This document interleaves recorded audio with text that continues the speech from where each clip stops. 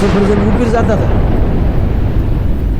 પણ બાપુ માણા હારો છે, એને શબ્દ કયો વાપર્યો? ગુરુત્વાકર્ષણ. મારે તો અમેરિકાના નાસા વાળાને કેવું છે, અથવા તો આપણા જે કોણ છે, આપણી કઈ કંપની છે? ઈસરો. ઈસરો, બરોબર. હવે જે ગ્રહમાં જાય ને હારે એક ગુરુને લેતા જાય. આ પૃથ્વીમાં જ ગુરુત્વનું આકર્ષણ છે. એનું કારણ એ છે કે બાપુ આ ધરતીઓમાં ગુરુઓ બેઠા છે, બીજા ગ્રહ ગુરુ વગરના ખાલી પડ્યા છે. આ એનો આકર્ષણ છે, ગુરુત્વનું આકર્ષણ. લાગડ બધે આકર્ષણ નથી થતું. નગર 4 સોર નીકળ્યા રાતના. આ ફરમાઈશ લઈ લો. 4 સોર નીકળ્યા બાપુ. સોર હું કામ નીકળ્યા? એને કે વ્યાખ્યા ન કરવાની. હા, ખાતર પાડવા જ નીકળેલા. સોર ની કેટેગરી હોય બધી. હા, મેળામાં ખિસ્સા કાતરું નોખો હોય, પ્લેનમાં ખિસ્સા કાતરું નોખો હોય. તો રાતના 4 સોર નીકળ્યા ને એમાં એક ચોર ને તરસ લાગી ને કીધું કે પાણી પીવું છે. તો ઓલો કે ગામમાં જાય છે, ત્યાં પી લેજે ને. બાપુ ચોરના દીકરા તે નીતિ રાખે છે, બોલો. કે એને કીધું કે ઈ ગામમાં જાય તો અહીંયા પાણી ન પીવાય ને, ઈ ગામમાં પાણી પીતી, ઈ ગામમાં ખાતર ન પડાય. બારવટિયા ગામ મૂકી દેતા. ખબરદાર, ઈ ગામમાં કોઈ ગળ્યા છતી ગામના રોટલા ખાધેલા છે. એટલે ઓલા ચોરે કીધું કે હા એ વાત સાચી. આમ નજર ફેરવી દે, બાજુમાં એક ભડકી દેખાતી હતી. ના એવો તાપ થતો હતો. એટલે સામે કાંઈક લાગે કે અહીંયા હમણાં જ એક બાપુએ મઢી કરી હતી, સાધુની મઢી છે. ત્યાં થોડું જવાય? ઓલા કે ત્યાં જ જવાય ને, દુનિયા તો હળગે છે, ત્યાં ન જાય તો જવું કોને? એને તો બધા હરખ્યા. હાલો, ઓલા બાપુ ને બાપુ સંસારની બીજી સમાજની ખબર જ નહીં કાંઈ. એને તો એ જ થયું કે રાતે ફરતા એ ભજનીકો જ ફરતા હોય, ભજના નંદીઓ.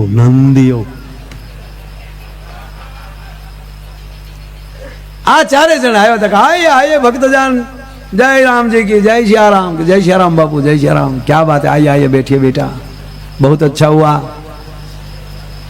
बस मैं तो भजन कर रहा था, तुम 4 मिल गए, बहुत बढ़िया हुआ. पानी पियेंगे बेटा? बापू आम तो ई हाटू જ ગુડાણા છે. અને બાપુ સેવા ભાઈઓ, ખાલી ઓલું ધોઈચ્યું જ પહેરેલું.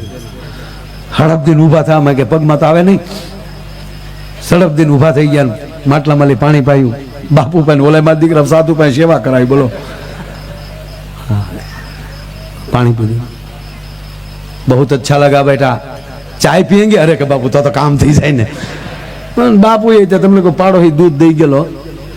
शीपीए तपेली पकड़ीने धूणा ऊपर 4 उफाळे पकवी कुंडलीने आटा काढ नाखे અને શારીને કાસલીમાં પાણી બોલું ને, કાસલીમાં સાપ आया. बहुत अच्छा हुआ बेटा. वक्त क्या हुआ है बेटा? कि बापू रात का 1:30 बज गया है. ओह क्या बात है, आधी रात हो गई? बापू नमी गई. आधी रात में थोड़ी नमी गई. अच्छा नमी गई है ना? नमी गई है बापू, नमी गई है. बहुत बढ़िया, बहुत बढ़िया. अरे बेटा आधी रात को कहाँ गए थे? बापू गए थे नहीं, जा रहे हैं. अच्छा कहाँ जा रहे हो? कि बापू हम खातर पाड़ने जाता है. अच्छा अब बापू ने बीच खातर पाड़ने बीच क्या खबर है? अच्छा तुम चारों खातर पाड़ने का बिजनेस करते हो? हाँ बापू हम 4 पार्टनर है. अच्छा धंधा चलता है, वकर रोकाण का धंधा है बापू. अच्छा बढ़िया धंधा, रोकाण नहीं करना? नहीं बापू, बस एक कफनी शीवડાવી લો બાપુ અને હારું બોલતા શીખી જાઓ. એટલે આ છે તમને કો પદ્મશ્રી સુધી પોગાડી દે ને ઓલી કફની ઠેઠ દિલ્હી સુધી પોગાડી દે. अच्छा बेटा खातर पाड़ दो? हाँ बापू खातर पाड़ दो. बेटा खातर रात को ही पड़ता है? हाँ बापू रात को ही पड़ता है, दिन को तो धोखा पड़ता है बापू. समय के साथ चलना चाहिए ना बाबा, समय के साथ चलना. अच्छा बेटे खातर पड़ता कैसे? बापू उसका प्रयोग नहीं होता, प्रैक्टिकल करना पड़ता है. अच्छा कोई बात नहीं, मेरा तो भजन हो गया है, तो परोढ़ तक कुछ काम नहीं है, ब्रह्म मुहूर्त तक कुछ काम नहीं है. अरे के बापू ब्रह्म मुहूर्त मत पास आवी. अच्छा तो चलो मैं आपके साथ चलूं. बोला बापू के हो ना बापू, हो ना धंधा हो करो.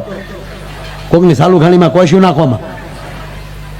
બીજો કે લઈ લેને આડા દેવા થાય, એને ઉપડી છે તો લઈ લે. બાપુ અમુક આડા દેવા રાખે છો. અમારી બેઠક ન્યા છે, બાપુ હો જાવ તૈયાર. બાપુ તૈયાર થાવ ને એને ક્યાં એવું ક્યાં કરવાનું હતું ને. એ તો સપટી ભભૂત મેં ખજાના કુબેર કા, એક ખંભામાં જોડી, એક હાથમાં શીપ્યો, એક હાથમાં કંડર, હાલ ખંડી રન જાન. હા બાપુ રન જાન ચાલ. तो एक चोर के बाबू ये शिपिया चलेगा, कमडल रहने दो, कमडल रख दो. क्यों? अरे बापू एक हाथ तो छूटा रहना चाहिए ना वंडी पकड़ने के लिए.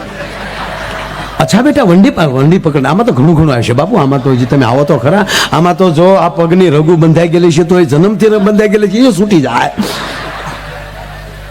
આમાં તો જો મામાના હાંડિયા ભેટ્યા બાપુ. अच्छा मामा का हांडिया भी आवता है? अरे बापू आवता कारक कारक आवता है.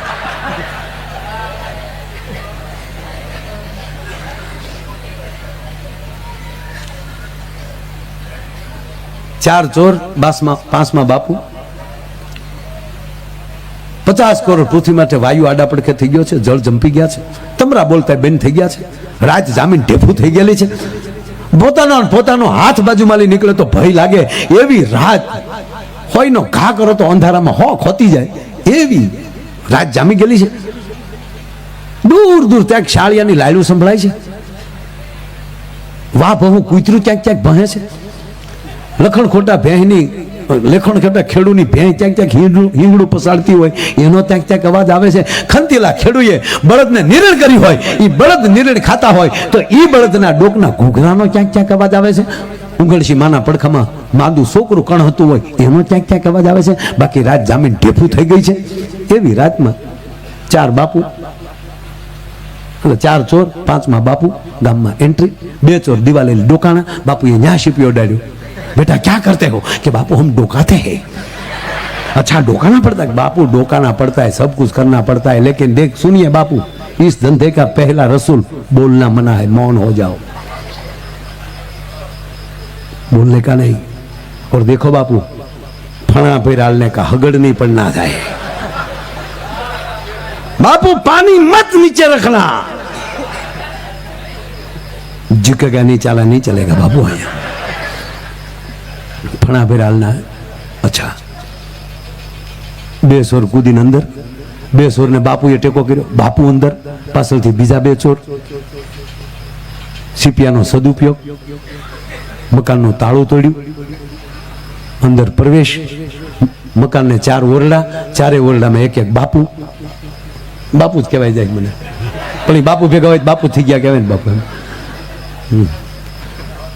ચારે ઓરડામાં એક ચોર.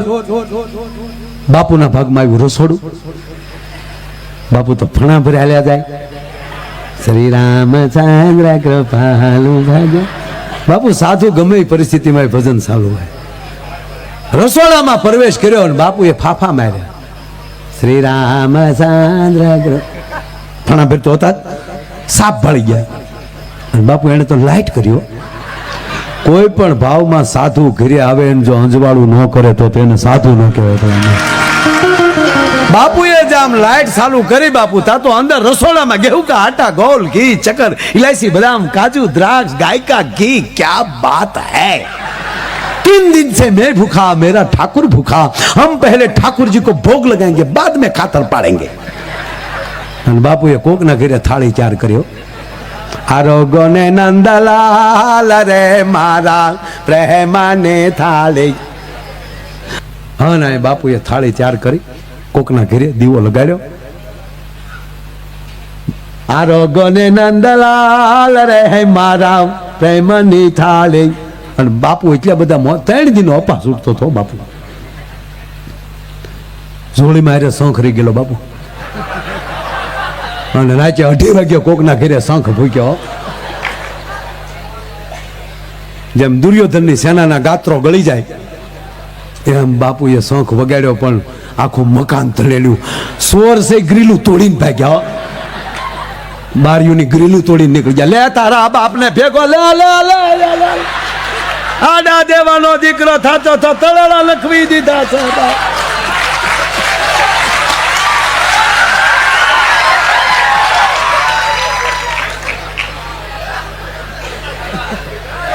પણ અદ્ભુત વાત છે આ દાદા. એ 4 ચોર કોણ, મકાન કોણ, એમાં મારે અત્યારે નથી જવું. કામ ક્રોધ લોભ મોહ ઘણું છે. ચોર તો ભાગી ગયા ને સંત શંખ ફૂકે, સંત જેથી શંખનાદ કરે ત્યારે ચોર ભાગ્યા વગર રહે નહીં.